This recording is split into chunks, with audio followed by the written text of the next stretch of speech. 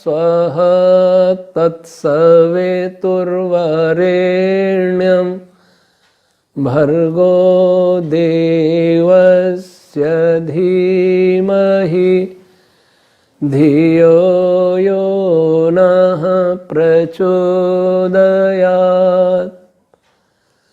ॐ सहनाववतु सहनौ भुनक्तु सह वीर्यं करवावहै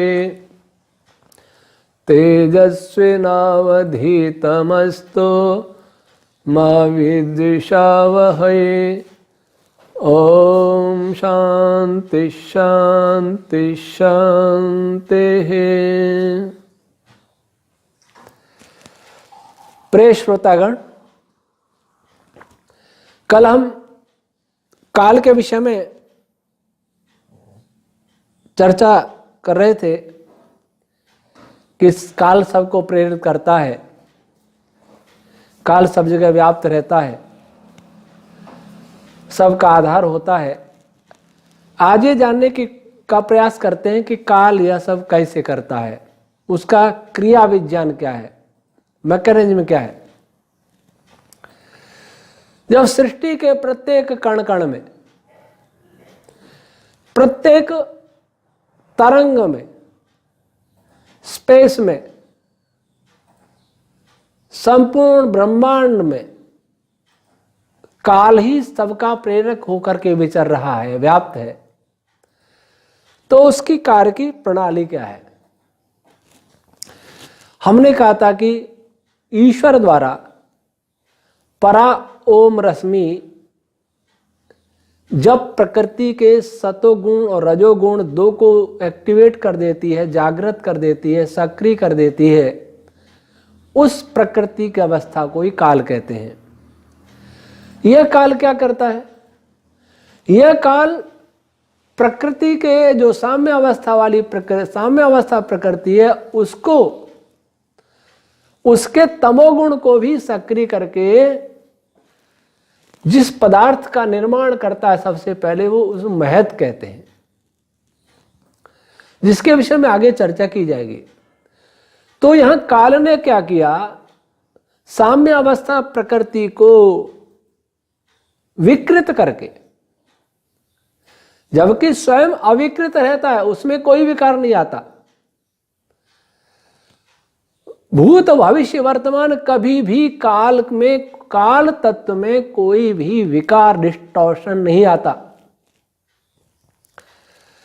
न काल कभी तेज होता है, न काल कभी कम होता है, न काल कभी जीर्ण होता है, न काल कभी संघनित होता है, न काल कभी विरल होता है। काल सदैव एक रस रहता है और वो प्रकृति को विकृत करके, तमोगुण जागृत करके, अर्थात तीनों गुणों को जागृत करके जिस पदार्थ का निर्माण करता है, वो उसका नाम है महत, और उसको बुद्धि भी कहते हैं, महान भी कहते हैं। और वही काल, उसमें क्या कर, महत का चरम रूप ही अहंकार और मन है, जिसकी चर्चा आगे की जाएगी। समष्टि मन, समष्टि अहंकार, समष्टि बुद्धि, जो सर्वत्र व्याप्त पदार्थ है। तो इस फिर मन के अंदर काल पश्यन्ति ओम रश्मि को उत्पन्न करता है। किस माध्यम का रहा? मनस तत्व, उसमें पश्यन्ति ओम रश्मि को उत्पन्न किया। और पश्यन्ति ओम रश्मि उत्पन्न होने के पश्चात वो भू भुवः स्वः मह जनः तपः सत्यम, इन 7 व्याहृति रश्मियों को उत्पन्न करती हैं। पश्यन्ति ओम रश्मि को काल प्रेरित करता है और वे पश्यन्ति रश्मियां मनस तत्व को विकृत करके इन भू भुव आदि रश्मियों को प्रेरित करती हैं। कुछ और भी रश्मियां होती हैं, घृंग है, हिंग है, हिम है, घृम है, ये रश्मियां भी होती हैं। और ये रश्मियां फिर इन रश्मियों की सहायता से ओम रश्मि पश्यंती ओम की सहायता से इनको उत्पन्न करके फिर इनकी सहायता से मूल प्रेरणा काल की है। काल अंतिम मूल ईश्वर। फिर भू भुव स्व रश्मियां उस मनस तत्व को और भी वाइब्रेट करती हैं, स्पंदित करती हैं। तो प्राण अपान व्यान उदान समान नाग कुरुम कृकल देवदत्त धनंजय सूत्रात्म वायु, ये 11 प्राण रश्मियां उत्पन्न होती हैं। इन 11 में से प्राण अपान व्यान उदान समान धनंजय सूत्रात्मा, ये इनका कार्य बहुत ज्यादा है। ये सृष्टि में अधिक एक्टिवेट रहते हैं, अधिक सक्रिय रहते हैं, इनकी उपयोगिता बहुत है। और इनमें से भी सूत्रात्मा और प्राण अपान व्यान, इनकी और भी ज्यादा। तो अंतिम में काल की प्रेरणा चल रही है, एक चैन है, श्रृंखला है। और इस श्रृंखला की ये श्रृंखला फिर आगे बढ़ती है छंद रश्मियों में, मरुद रश्मियों में प्रकट होती है। ये मिलकर के विभिन्न छंद रश्मियां जो वेद मंत्र हैं उनको उत्पन्न करते हैं, और वे फिर डिस्टॉर्ट होकर के संघनित हो कंडेंस होकर के संघनित होकर के पार्टिकल्स, क्वार्क्स आदि या फोटोन आदि का निर्माण करते हैं, और उनसे सृष्टि का निर्माण होता है, जैसा कि वर्तमान भौतिक विज्ञान जानता व मानता है। पार्टिकल फिजिक्स पार्टिकल के अंदर नहीं जा पा रहा वर्तमान पार्टिकल फिजिक्स, लेकिन वैदिक पार्टिकल फिजिक्स पार्टिकल के अंदर की संरचना को इस श्रृंखला के रूप में बता रहा है कि पार्टिकल बनने की श्रृंखला क्या है। काल सक्रिय हुआ, महत बना, अहंकार बना, मनस बना, पश्यंती ओम रश्मि बनी, और भू आदि व्याहृति रश्मियां बनी, प्राणापान आदि प्राण रश्मियां बनी, उनके बाद अन्य मरुद और छंद रश्मियां बनी। इतने चरणों के पश्चात फोटोन और एलिमेंट्री पार्टिकल की उत्पत्ति होना प्रारंभ होती है। और इससे पहले स्पेस के भी उत्पत्ति प्राण और सूक्ष्म रश्मियों से ही होती है। इसकी चर्चा आगे आएगी। इस प्रकार से ये चेन चलती हुई, और उन पदार्थों में जो भी रश्मियां हैं, जो भी कंटेंट्स हैं, उनमें से कुछ सूक्ष्म रश्मियां धीरे धीरे इंफॉर्मेशन के रूप में रिश्ती रहती हैं। कुछ सूक्ष्म रश्मियां रिश्ती रहती हैं, जिससे पदार्थ धीरे धीरे जीर्ण भी होते जाते हैं। हमारा शरीर भी जीर्ण होता है, सभी वनस्पति प्राणी भी जीर्ण होते हैं, सारे लोग गैलेक्सियां सभी जीर्ण होंगे और एक दिन नष्ट हो जाएंगे, सारे पार्टिकल भी जीर्ण होंगे, नष्ट हो जाएंगे। लेकिन जो जीर्ण नहीं होगा वह है ईश्वर, जीव और प्रकृति और काल, जो कभी जीर्ण नहीं होता। अब यहां प्रश्न उपस्थित किया गया है कि काल प्रेरित करता है, काल जागृत करता है, ईश्वर काल को प्रेरित करता है, काल प्रकृति को प्रेरित करता है। ये प्रेरण और जागरण ये क्रियाएं श्रृंखला रूप से आगे चलती रहती है। प्रश्न इस बात का है कि यह प्रेरण और जागरण क्रिया है क्या? क्या काल कोई एनर्जी ट्रांसफर करता है पदार्थों में, या ईश्वर एनर्जी ट्रांसफर करता है? क्या वे स्वयं एनर्जी रूप हैं? वास्तविकता क्या है? यह प्रश्न अनेक वैज्ञानिकों के मस्तिष्क में आ सकता है। हमारे न्यासी हैं ट्रस्टी प्रोफेसर वसंत जी मदनसुरे, इंजीनियरिंग के प्रोफेसर है, उन्होंने भी एक बार यह प्रश्न किया था। हमारे शिष्य विशाल आर्य, ये भी फिजिक्स के हैं, इन्होंने भी ये प्रश्न किया था कि ये प्रेरण क्या है, प्रेरित किया, क्या अर्थ हुआ इसका, क्या दिया उसने, काल रश्मि ने क्या दिया उनको। वस्तुतः जो वर्तमान भौतिक विज्ञान पढ़ते हैं वे 3 पदार्थों को ही जानते हैं। एक पदार्थ का नाम देते हैं वो मैटर, हिंदी में द्रव्य कहते हैं। वैशिष्ट का द्रव्य अलग है और वर्तमान भौतिकी का द्रव्य अलग है, क्योंकि वैशेषिक में आत्मा को भी द्रव्य कहा है, काल को भी द्रव्य कहा है, मन को भी द्रव्य कहा है। ये तीनों ही वर्तमान भौतिकी में नहीं है।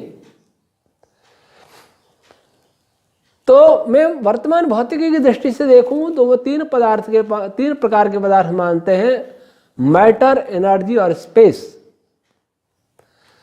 अब मैटर और एनर्जी पे तो बहुत काम कर रहे हैं, लेकिन स्पेस के विषय में उन्हें कोई ज्ञान नहीं है, या कहीं तो बहुत कम ज्ञान है। अब मैटर की बात करें तो मैटर में भी एलिमेंट्री पार्टिकल जिसको बोलते हैं, क्वार्क आदि, वहां जाके वो रुक जाते हैं, वहां से आगे पता नहीं। स्ट्रिंग थ्योरिस्ट कहते हैं वहां से आगे स्ट्रिंग है, तो स्ट्रिंग के बारे में उनको पता नहीं स्ट्रिंग्स क्या है, वास्तव में क्या है। एनर्जी की बात करें तो फोटोन क्या होता है, उसका इंटरनल स्ट्रक्चर क्या है, ये किसी को पता नहीं, कैसे बनता है, और स्पेस का पता है ही नहीं। तो ऐसी दृष्टि में इनसे भी सूक्ष्म पदार्थों की बात करेंगे तो उनकी समझ में नहीं आएगी और इस प्रकार के प्रश्न उठेंगे। विद्युत प्रेरण है, यांत्रिक प्रेरण है, इसकी चर्चा फिजिक्स में आती है। अगर मैं पूछूं विद्युत प्रेरण भी क्या होता है, तो कम से कम मुझे समझाने के लिए उनको काफी कठिनाई होगी। विद्यार्थियों को समझाना अलग बात है, क्योंकि उस प्रेरण के पीछे कौन कौन से कारण है ये वो नहीं जानते। फील्ड क्या है, पढ़ाए खूब जाते हैं, लेकिन वास्तव में फील्ड क्या है, कैसे बनते हैं, उनका स्वरूप क्या है, कैसे कार्य करते हैं, उनका क्या मैकेनिज्म है, ये कम से कम भाई मुझे तो नहीं समझा सकते। और कोई समझाता है तो मैं स्वागत करता हूं, आमने सामने बैठ के हम चर्चा कर ले ये क्या होते हैं, विद्युत प्रेरण क्या है, वास्तव में क्या है, उसका प्रारंभ कहां से होता है, उसका मूल क्या है। तो ये विषय इतना सरल नहीं है। तब इनसे भी सूक्ष्म छंद रश्मियां कैसे प्रेरित करती है, प्राण रश्मियां कैसे प्रेरित करती हैं, भू आदि ये रश्मियां कैसे प्रेरित करती हैं, पश्यंती ओम कैसे प्रेरित करती है, और फिर परा अर्थात काल कैसे प्रेरित करता है, ये बताना बहुत कठिन है। इसको असल में अव्यक्त ही कहा जाता है, अव्यक्त प्रेरण। अब प्रेरण और जागरण के लोक में भी देखें, संसार में भी, तो अलग अलग स्तर होते हैं। एक पशु को किसी कार्य करने के लिए प्रेरित किया जाए तो कैसे करेंगे, उसे डंडे से उठाएंगे, घोड़े को लगाम से प्रेरित करेंगे, बैलों को भी रस्सी से प्रेरित करेंगे। यह प्रेरण करने का साधन हुआ। अब कोई पशु ऐसे होते हैं कि उससे भी प्रेरित नहीं होते, तो डंडे भी मारने पड़ते हैं। एक प्रेरण और डंडे मारेंगे, काम करना शुरू कर देंगे। कोई ऐसे होते हैं उठा दो, एक हाथ मार दो, उठ के खड़े हो जाएंगे, फिर उनको रस्सी से प्रेरित करिए। एक मदारी का बंदर नाचता है तो डंडे से प्रेरित होता है। भालू को भी लोग नचाया करते थे, मदारी लोग, वो भी डंडे से प्रेरित हुआ करता था, डंडे को देखते हुए नाचता था। सपेरे के बीन को देख करके सांप प्रेरित होता है, जैसे जैसे बीन हिलता है वैसे वैसे सांप भी अपना फन हिलाता है, ये प्रेरणा होगी। अब जो डंडा दिखा के प्रेरित कर रहा है, क्या मैं पूछूं क्या वो एनर्जी ट्रांसफर कर रहा है सांप में? नहीं कर रहा। कैसे प्रेरित हो रहा है? एक बालक है, पिता अपने पुत्र को प्रेरित करता है। एक पुत्र ऐसा होता है उसको बलपूर्वक हाथ पकड़ के प्रेरित करना पड़ता है। कोई पुत्र ऐसा होता है उसको कहना पड़ता है, कहने से प्रेरित हो जाता है, कहने मात्र से काम शुरू कर देता है। और कोई पुत्र ऐसा भी होता है कि वो केवल देखने मात्र से प्रेरित हो जाता है। केवल देखा और वह आज्ञाकारी पुत्र पिता की आंखों के संकेतों को समझ गया और काम करना प्रारंभ कर दिया। अब मैं पूछूं, आंखों से क्या मिला? कैसे प्रेरणा मिली? क्या इस प्रेरणा की विद्युत प्रेरणा से तुलना कर सकते हैं? क्या इस प्रेरणा की यांत्रिक प्रेरणा से तुलना कर सकते? नहीं कर सकते। और यह फिजिक्स का विषय भी नहीं है कि कैसे प्रेरित हुआ। उसने आंखों में आंख डाल करके देखा, पिता के मन की आशय को समझा और समझा तदनुसार कार्य करना शुरू कर दिया। वस्तुतः जड़ और चेतन के प्रेरणा में बहुत अंतर है, क्योंकि काल ईश्वर द्वारा प्रेरित है और इसे, जैसा कि हमने चर्चा की, कि इसे ईश्वर का पुत्र भी कहा। ये चेतनवत भी व्यवहार करता है, जड़वत भी, जड़ तो होता ही है लेकिन चेतनवत भी व्यवहार करता है, क्योंकि इसका सीधा संबंध ईश्वर से होता है। इसलिए इसकी प्रेरणा कुछ इसी भांति है जैसे आज्ञाकारी पुत्र को पिता प्रेरित करता है। एक व्यक्ति किसी हर्ष या शोक की बात अकस्मात सुनकर उसका हृदयाघात हो जाता है। कैसे हुआ? हृदय को कैसे आघात पहुंचा? किसने इसको आघात पहुंचाया? केवल एक समाचार ने। वह समाचार किस रूप में है? इसको कैसे परिभाषित किया जा सकता है? वस्तुतः यह विज्ञान का विषय है ही नहीं। इसमें कोई ऊर्जा ट्रांसफर नहीं हो रही है, न ऊर्जा निकाल ली गई किसी की। हर जगह एनर्जी, हर जगह एनर्जी की बात करने वाले, उनसे मैं पूछूं एनर्जी क्या है तो वो बता नहीं सकते। लेकिन हमसे पूछते हैं क्या ईश्वर एनर्जी है? हाँ, एनर्जी। पहले मैं पूछता हूं कि एनर्जी कहते हैं किसको है? फायरमैन तो एनर्जी की परिभाषा नहीं बता सके, कहते हैं नहीं जानते एनर्जी क्या होती है, नहीं जानते इलेक्ट्रिसिटी क्या होती है। और हमसे पूछते हैं कि ईश्वर एनर्जी है क्या? काल एनर्जी है, एनर्जी ट्रांसफर करता है। एनर्जी होती क्या है? अगर ऊर्जा शब्द पर विचार करें, अंग्रेजी में एनर्जी शब्द का क्या अर्थ है अंग्रेजी वाले जाने। ऊर्जा क्या है? ऊर्जा बल प्राणनय हो, जो बल और गति प्रदान करता है, या बल और गति रूप है, या बल और गति से युक्त है, वह ऊर्जा है। तो इस प्रकार से ईश्वर को चेतन ऊर्जा कह सकते हैं। अगर ऊर्जा शब्द से ही किसी को इतना प्रेम है तो चेतन ऊर्जा कह सकता है। और काल को भी कैसी ऊर्जा कह सकता है? अब पूछेंगे, ऊर्जा का स्रोत भी पूछते हैं फिर। तो ईश्वर तो अनादि अनंत है, अनादि अविनाशी अजर अमर है। काल भी ऐसा ही है, जब से ईश्वर है जब से काल है, क्योंकि काल ईश्वर से प्रेरित है। तो काल को ऊर्जा कहां से मिली? काल को ऊर्जा ईश्वर से मिली। अन्य पदार्थों को जो भी एनर्जी उत्पन्न हो रही, आज जो बिग बैंग वाले कहते हैं जीरो एनर्जी से सब कुछ हो गया, वस्तुतः वो एनर्जी जीरो नहीं है। अगर ऊर्जा, एनर्जी जीरो हो सकती है लेकिन ऊर्जा जीरो नहीं है।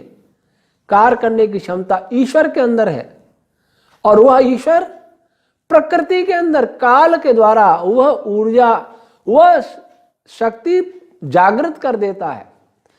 इसको वर्तमान भाषा की ऊर्जा ट्रांसफर नहीं कहेंगे, लेकिन संपूर्ण बलों के पीछे, संपूर्ण ऊर्जा के पीछे, संपूर्ण कार्य करने की क्षमता के पीछे ईश्वर का ही बल कार्य करता है, ईश्वर की ही शक्ति कार्य करती है, जिसको ईश्वर की ऊर्जा भी कह सकते हैं। अब काल ने इसी प्रकार से, जैसे अव्यक्त भाव से अव्यक्त विधि से काल पश्यन्ति ओम रश्मि को प्रेरित करता है, वैसे ही उसी प्रकार से पश्यन्ति ओम रश्मि मनस तत्व को प्रेरित करके, मनस तत्व को जागृत करके भू भुव स्व आदि रश्मियों को प्रेरित करती है, एक्टिवेट करती है। कहेंगे ऊर्जा, हाँ ऊर्जा वैदिक ऊर्जा तो हो सकती है, लेकिन वर्तमान भौतिकी की परिभाषा में वह ऊर्जा नहीं कही जा सकती। तो उसी से फिर मन के अंदर पश्यन्ति ओम रश्मि प्राण रश्मियों को उत्पन्न करती है भू आदि के सहयोग से, और उसके बाद ये सब मिल करके बड़ी छंद रश्मियां वेद मंत्रों को उत्पन्न करती हैं, और वही वेद मंत्र संपूर्ण सृष्टि के मूल पदार्थ है। वर्तमान मूल पदार्थ है, उसका मूल पदार्थ, और उसका मूल पदार्थ और रश्मियां। अब ये प्रश्न, अब फिर वे छंद रश्मियां पार्टिकल बनाती हैं, फिर पार्टिकल्स को प्रेरित भी करती हैं, फोटॉन्स का निर्माण करती हैं, फोटॉन्स को प्रेरित भी करती हैं। एक फोटोन जब गति करता है 3 लाख किलोमीटर प्रति सेकंड, उसके आगे आगे प्राण और पान दो रश्मियां रास्ता बनाती जाती हैं। गायत्री छंद रश्मियां साथ में चलती है, जो प्रेरित करती जाती है, हर बाधा से पार करती है।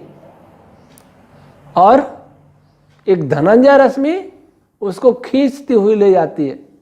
इसलिए प्रकाश की गति सबसे तेज है, धनंजय की उससे भी अधिक तेज है। इसकी चर्चा बाद में होगी। प्रश्न है, वर्तमान वैज्ञानिक काल को आकाश से जोड़कर अनेक गणितीय संकल्पनाओं को प्रस्तुत करते हैं। काल और आकाश का क्या संबंध है, और काल के रुकने, काल के धीमे होने, तीव्र गति से चलने की चर्चा इसमें, इस विषय में वास्तविकता क्या है। वर्तमान विज्ञान को वस्तुतः आकाश का स्वरूप पता नहीं। जब आकाश का स्वरूप पता नहीं और काल का स्वरूप पता नहीं, तो फिर दोनों का समन्वय कैसे। आकाश दो है, एक आकाश तो खालीपन है, अवकाश रूप आकाश, उसकी कभी उत्पत्ति नहीं होती। उसकी उत्पत्ति व्यवहार में मानी व्यवहार में कभी नहीं होती, और यूं खालीपन है, इसलिए सभी कुछ उसमें स्थित है। अगर खालीपन नहीं होता तो प्रकृति आदि भी कहां ठहरते। सत्यार्थ प्रकाश में महर्षि दयानंद जी ने 12वें समोल्लास में ठीक ही कहा है कि आकाश न होता तो प्रकृति परमाणु आदि भी कहां ठहर सके, तो वो तो उत्पन्न नहीं होता। हां, जब कुछ वस्तु संघनित होगी तो कुछ खालीपन आएगा, लेकिन फिर भी पूर्ण खालीपन कभी नहीं रहता, उसमें भी प्रकृति भरी रहती है। एक तो वो आकाश, तो उस आकाश का काल से सीधा संबंध है। जहां भी खालीपन है वहां काल अवश्य है, ओम रश्मि अवश्य, अर्थात संपूर्ण खालीपन को जैसे ईश्वर भरे है, जैसे प्रकृति भरे है, वैसे काल भी भरे हुए। एक तो ये संबंध, और दूसरा आकाश नाम का जो पदार्थ है जिसकी चर्चा हम आगे करेंगे, उसमें रश्मियां तो नहीं, भू स्व प्राण आदि ये तो नहीं, लेकिन बड़ी छंद रश्मियां और वेव्स, वर्तमान साइंस फिजिक्स में जाने वाली वेव्स, पार्टिकल्स में गमन करते हैं। उस गमन में काल की प्रेरणा होती है, और काल एक जो व्यवहारिक समय है, समय जिसको बोलते हैं घंटा मिनट आदि, वह व्यतीत होता है और गति में व्यतीत होता है, और गति आकाश में स्पेस में होती है। तो यह भी इतना संबंध है, लेकिन काल रुक गया या काल तेज चलने लगा या काल धीमे चलने लगा, यह अव्यवहारिक बातें हैं, युक्ति संगत बातें नहीं है। काल रुकने का अर्थ क्या है। वैसे इसको हम नहीं मानते कि कोई ब्लैक होल ऐसा है जिस पर काल रुक गया है, कोई क्रिया नहीं हो रही है। और ये इस पर ही हमारे प्रश्न थे। स्टीफन हॉकिंग ने मरने से कुछ समय पहले क्या जनवरी 14 में इस अपनी गलती को सुधारा और कहा ऐसा कोई ब्लैक होल नहीं है जैसा हम मानते आए। भारतीय खगोल शास्त्री आवास मित्रा जी इस बात को बहुत पहले से कहते थे, 2001 से शायद 2004 में मैंने पहली बार मिला उनसे, तभी उनका पेपर इसी विषय पर था। पेपर तो इस विषय पर था कि अगर कोलैप्स होगा, कोई पदार्थ कोलैप्स होते होते अगर जीरो हो जाएगा तो मास भी जीरो होगा। लेकिन वे मानते थे कि ऐसा कोई ब्लैक होल नहीं है। कहा अगर दुर्जन तोष न्याय ये होता है कि नहीं मानता तो चलो तुम्हारी बात सही, तो ऐसा मान भी ले कि वहां रेडिएशन भी बाहर नहीं आता है, काल रुक गया, तो काल रुकने का अर्थ क्रिया रुक गई, पहले तो रुकती नहीं। क्रिया रुकने का अर्थ यह नहीं कि काल रुक गया है, अर्थात ओम रश्मियां उत्पन्न नहीं हो रही है, स्पंदित नहीं हो रही है, ऐसा नहीं है। मान लीजिए चलते हुए बिजली के पंखे को हाथ से पकड़ ले कोई और पंखा रुक गया, इसका कोई अर्थ ये लगाएगा कि काल रुक गया है? घड़ी का सेल कमजोर हो जाए और धीरे धीरे घड़ी की सुइयों की गति कम होती जाएगी और अंत में रुक जाएगी, इसका मतलब ये हुआ क्या कि काल धीमा हो गया फिर रुक गया? वस्तुतः गतिशील कोई पदार्थ है, वह जब किसी ऐसे क्षेत्र में जाता है जहां कुछ प्रतिरोधी बल कार्य कर रहे हों तो उसकी गति प्रभावित होती है। और गति प्रभावित इतनी भी हो सकती है कि गति पूरी तरह रुक भी सकती है। तो इसको काल का रुकना नहीं कह सकते, इसको यही कहेंगे कि कोई ऐसा बल फोर्स काम कर रहे हैं जिससे पदार्थ की गति रुक रही है। एक पदार्थ की भी रुक सकती है, एक पदार्थ पे फोर्स काम करेगा और उस स्थान पर कई पदार्थों पे काम कर रही हो, फोर्स काम कर रहा हो तो कईयों की गति प्रभावित हो सकती है। इसी प्रकार से कोई फोर्स ऐसे भी हो सकते हैं जो किसी की गति को बढ़ा सकते हैं। जैसे कोई कार जा रही है, आगे से हवा चलेगी तेज तो कार की गति कम होगी और पीछे से हवा चलेगी तो गाड़ी चलती रहेगी, जो ढलान से नीचे आती है। क्यों आ रही है? ग्रेविटेशन फोर्स को खींच रहा है। इसका अर्थ हुआ काल तेज हो गया, वहां काल नहीं तेज हुआ, उसकी गति तेज हुई, किसी फोर्स के कारण हुई। अब कुछ वैज्ञानिक हमसे भी कईयों ने प्रश्न पूछा, हम काल के पीछे जा सकते हैं, काल में क्या आगे जा सकते हैं, ये क्या है? स्टीफन हॉकिंग कहते कहते दुनिया को बेवकूफ बनाते बनाते चले गए।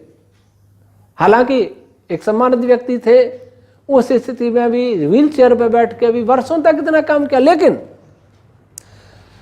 उनके जीवन काल के अंतिम वर्षों में मैंने जब से देखा, जब से वो नाना मिथ्या कल्पना करने में बहुत माहिर रहे।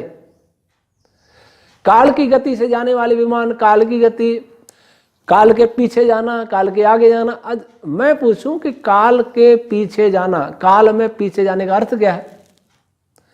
भूतकाल में जाने का अर्थ क्या है? भूतकाल में जाने का अर्थ ये होगा काल पीछे चला गया।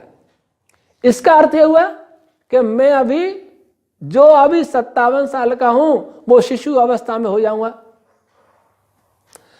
और 57 साल पहले इस पृथ्वी पर जो था वो सभी वापस आ जाएगा। मेरे पूर्वज वो भी आ जाएंगे, सामान्य व्यवहार हो जाएगा और वे पशु पक्षी भी आ जाएंगे, वही वनस्पति भी आ जाएगी। क्या ऐसा संभव है?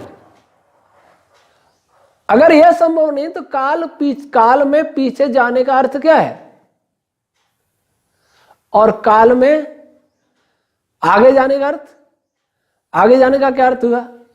आगे जाने का यह अर्थ हुआ कि मैं अपनी चिता जलाऊंगा, क्योंकि आगे मुझे मरना है, चिता जलेगी। तो क्या कोई व्यक्ति अपनी चिता जला सकता है? आगे जाने का मतलब छोटे छोटे बच्चे बूढ़े हो जाएंगे। आगे जाने का मतलब जो आगे होने वाले पौधे हैं, वनस्पतियां हैं, वो सब उसी समय प्रकट हो जाएगी। क्या यह संभव है? यदि संभव नहीं है तो काल के आगे जाने का अर्थ क्या है? ये ऐसी मिथ्या कल्पना है, ऐसा वाग आडंबर है, ऐसा वाग जाल है, बातों का जाल जिसका कोई अर्थ नहीं। और यह बातों का जाल, कल्पनाओं का जाल फिजिक्स के नाम पर बुना जा रहा है। यह बड़े दुर्भाग्य की बात है। और इसको बुनने वाले भी बड़े बड़े वैज्ञानिक हैं और इस प्रकार से चालाकी से बुनते हैं कि अच्छे अच्छे पढ़े लिखे इन कल्पनाओं में बह जाते हैं, मूर्ख बन जाते हैं, वे सोचते ही नहीं है। तो ये सारी कल्पना है। जिस पदार्थ को जानते नहीं है, जिस पदार्थ को अच्छी तरह समझते नहीं है, उस पदार्थ को केवल गणितीय कल्पना, मैथमेटिक्स के इक्वेशन के द्वारा ही पता नहीं क्या क्या करते जा रहे हैं। और मैथ उनके हाथ में एक ऐसा हथियार है जो किसी को भी मूर्ख बनाने में बहुत प्रभावकारी होता है। मैं नहीं कहता मैथ गलत है, परंतु मैथ वास्तविकता से बहुत दूर भी जा सकता है। ये मैं नहीं कहता, नहीं वैज्ञानिक कहते हैं।